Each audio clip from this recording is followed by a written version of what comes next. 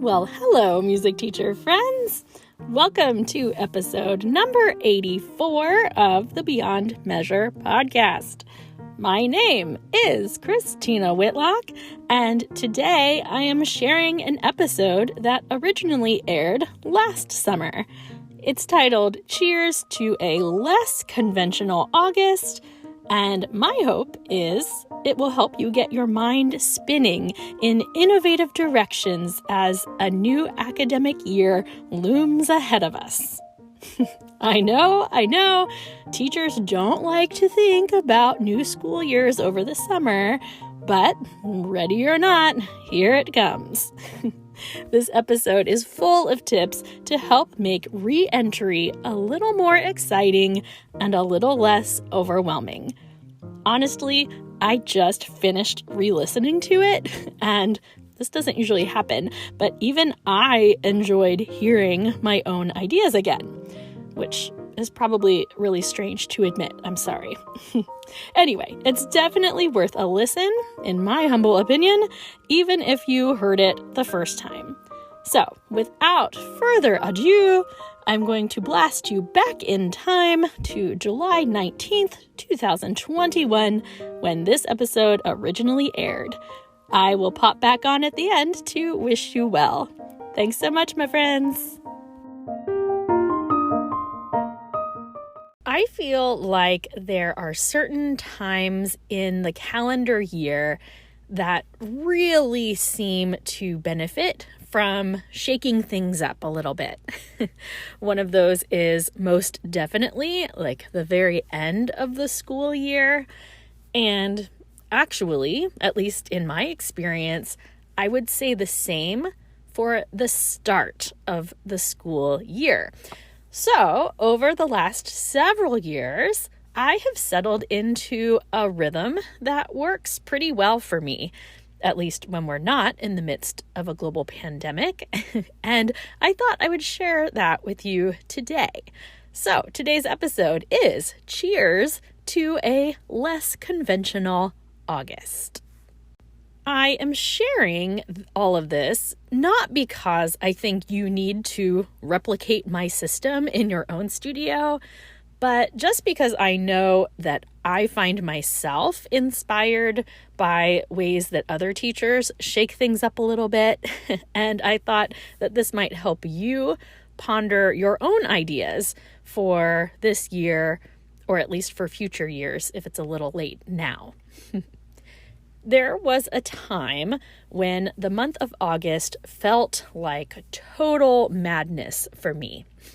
Of course, I would be sweating bullets over assembling a new fall schedule, only to have family after family request changes once the soccer schedule rolled in and student council meetings got announced. Getting kids back into a practice routine while they were establishing new school schedules always felt harder than it should be.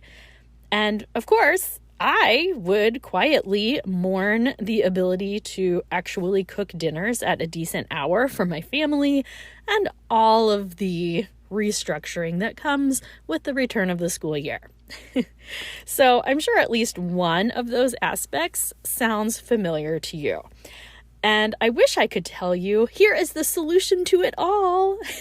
But that's not exactly what I'm doing today. However, I have learned how to make the best of it, at least for me. So, just for your reference, so you can kind of envision how things work around here, my monthly tuition begins in the month of August and it runs through May. Just so you understand how things work with the school calendars, most of our local schools will go back in session either that first or second week of August, depending on the district. My August piano lessons do not begin until the third week of the month, which this year falls on August 16th. Taking those first 2 weeks off is really important to me, mostly because it gives me some uninterrupted time with my own kids before they're back in school, but also because absolutely zero of my studio families are disappointed that we don't have lessons those weeks. There's just too much going on. So for those last 3 weeks in August where we do have lessons, get this, my friends, my students pretty much only come in groups. I send out a Google form asking for availability just for those 3 weeks to get us started. And then I group kids up by age into 1-hour sessions. This accomplishes a whole bunch of things. First of all, it offers a temporary, like Band-Aid kind of situation on fall schedules until student routines and activities have a chance to settle in a little bit. I do end up collecting schedule requests for the rest of the year, that final week in August, which gives me a much more accurate picture of what a student's schedule really is before I end up fielding a billion panicked messages from families whose ballet class just got moved to Thursday at 6 or whatever it might be. You know how it is. As far as the classes themselves, I have a whole session that I present to music teacher groups about how to make supplemental group classes work for your studio. So I can't begin to get into all of the details in our short time frame here on the podcast, but I'll give you a few highlights. Basically, I use these 3 weeks of August group classes to highlight like really big picture themes for the year. So for instance, one year we did a conducting pattern emphasis, which of course is really just my sneaky way of getting my students to listen more carefully for like duple versus triple meter. But we learned all the standard conducting patterns in those 3 weeks, and we ended up using them in their lessons and in the rest of the year's performance classes the whole year long. This year, I'm 99% sure that we are going to focus on building good practice habits. I have Jennifer Fox's practice camp workshop, and I think I'm going to spread a lot of those materials out over the course of the 3 August group weeks. My students know that any group meeting over the course of the year involves some kind of performance element. Side note, this is why I call my classes performance classes rather than piano parties or whatever other titles teachers use. But in these August groups, I like to have themes so that my students are plenty aware of what they should bring to class. So the first week back is always like summer show and tell week, where students bring something to play that they've worked on this summer. Very loose, very casual, just something they've been working on. The next week is often throwback week, where they bring something that they learned to play a year or more ago. Friends, this is so much fun. I can't even begin to tell you. I could do a whole episode on this alone. But students think that they are so funny, like when they show up and they bring their old primer books back, or like an old piece of sheet music from their earliest studies. But I love the way that this encourages students to circle back to old favorite pieces. And I also love the opportunity it gives them to perform pieces that are well under their current levels of study. I have kind of a soapbox issue of wanting my students to understand that there is actual merit in performing works that are quote unquote too easy for us, whatever that means, right? Anyway, so we usually do summer show and tell week, followed by throwback week. And my third group class in August is often Happy Birthday Week. I mentioned back in episode 28 that I have a total obsession with the Happy Birthday song and making sure that all of my students can play it in their own way at the drop of a hat. So for this class, each student is asked to bring their own rendition of how they're playing Happy Birthday in their own way. I find it is so easy to come up with oodles of activities surrounding the happy birthday theme. I get some balloons, we eat some kind of treat, and it ends up being the perfect ending to our August group classes. So fun, and sneakily reinforces the fact that I desperately want my students to be able to play happy birthday in public. Also, please note, of the 3 classes I described, this is definitely the most specific performance assignment, so I make sure that students know the schedule ahead of time, which gives them at least 3 weeks at this point to get their fingers back around happy birthday if they need it, which they shouldn't, but you know. So yeah, group classes in August have been a huge saving grace for me. They save my schedule. They are fun, especially this year, considering the fact that we didn't get to have these last year. They get the kids excited for piano this upcoming year. And even though the lesson planning aspects of them are time-consuming, I am still not teaching anywhere near the number of contact hours I normally do. So it really helps me ease my own self back into a more strict teaching routine. Not to mention the fact that it helps me navigate the start of a new school year for my own kids. I should probably mention the bulk of my high schoolers really only have one group class they meet for. They are mostly working on competition rep and that type of thing, and they need the private lesson time. So we will generally meet as a group that 3rd week in August, but they have individual lessons the first 2 weeks. Also, if I have students whose August schedules don't jive with other studio mates their own age, I just see them privately as well. It's an easy, low-pressure solution. I try to get them in groups when they can come, but if not, fine. I'll just teach them like usual. This doesn't have to work for you. Hear me, you may hate this idea, and that's okay. But for me, it's just a win, win, win, win, win, win, win, win, huge win. So, what about those initial weeks that I'm taking off? What do I do with that time? Well, I wish I could tell you that I sit by the pool sipping fruity drinks, but I don't. And by the way, if that's what you do, more power to you. Show me your ways. But for me, those early August weeks when I'm not teaching, I actually do something that you're probably going to think is a little strange. I sit down with my student roster and I plan the majority of their repertoire for the entire year. I'm a little crazy about it, I can't lie. I take index cards with my students' names on them. If you've listened to my episode on one word, I think it's episode 12, I actually use those cards. But I lay them out all over my kitchen where there is ample counter space, and I start pulling music for each student, and I just stack it on top of their card. Friends, I have so much fun doing this. I love music. I love assigning music. I teach a huge variety of music.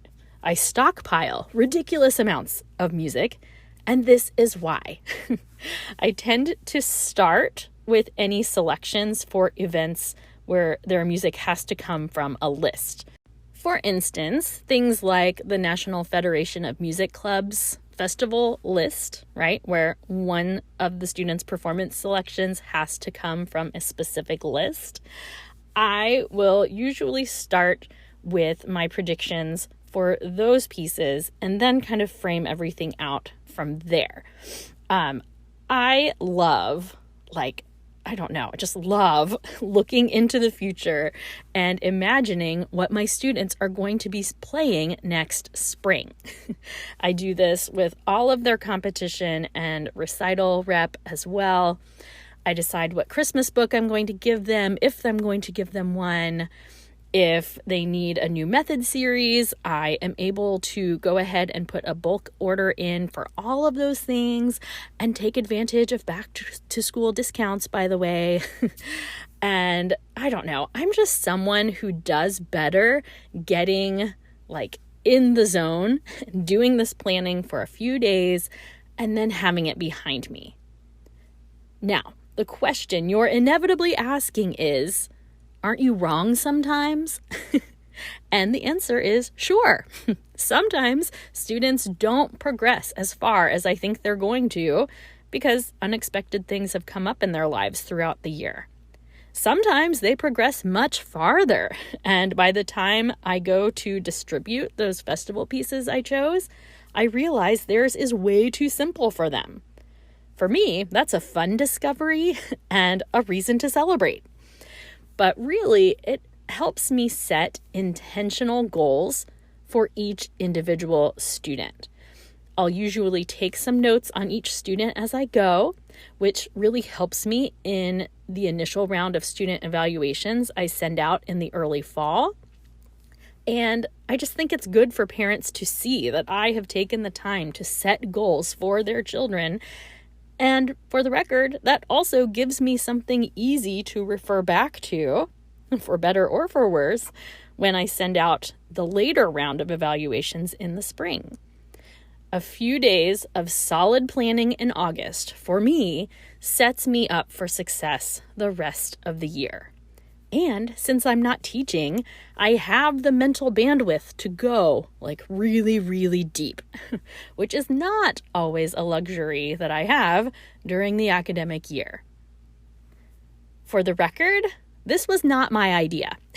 Years ago, when I was living in Northeast Ohio during my undergraduate degree, there was this lovely teacher and human being by the name of Kim Bockham.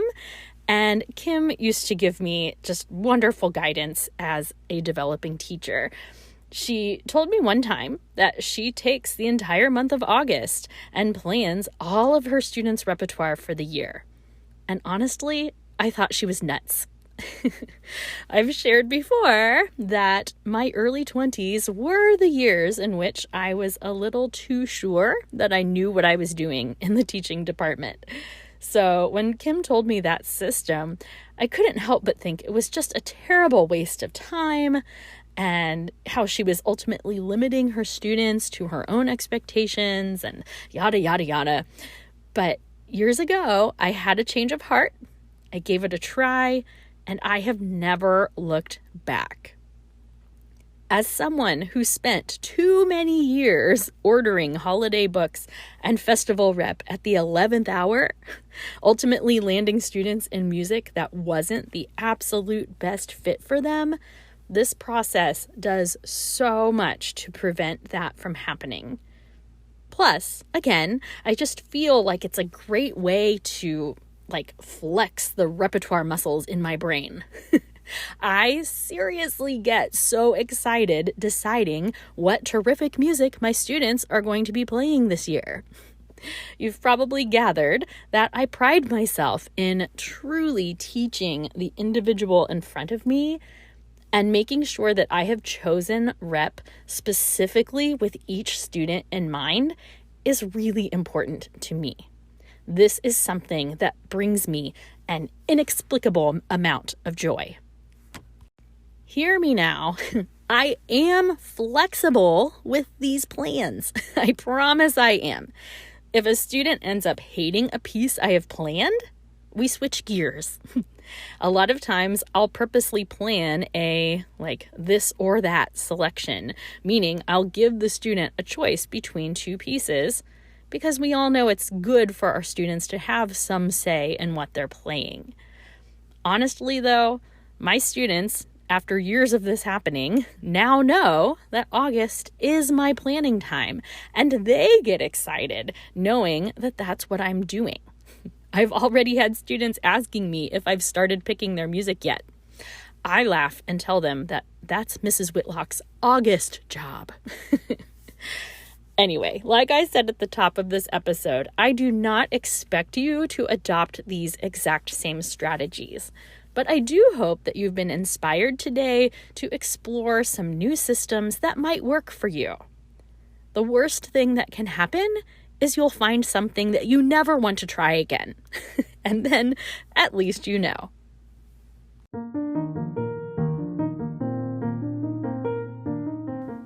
And with that, allow me to send you off with a toast today. Music teacher friends of the world, today we are celebrating that superhero power that we all have, thinking outside the box. The month of August is a great time to set your future self up for success. I hope that this episode has left you thinking of ways that you can use that exciting energy of a new school year to make something easier for yourself later down the road. Or to try something that you've wanted to try for a long time. Or if quiet and rest are what you really need the most, then live it up, my friends. Cheers, friends, to knowing what we need and then having the guts to make it happen. Hear, hear.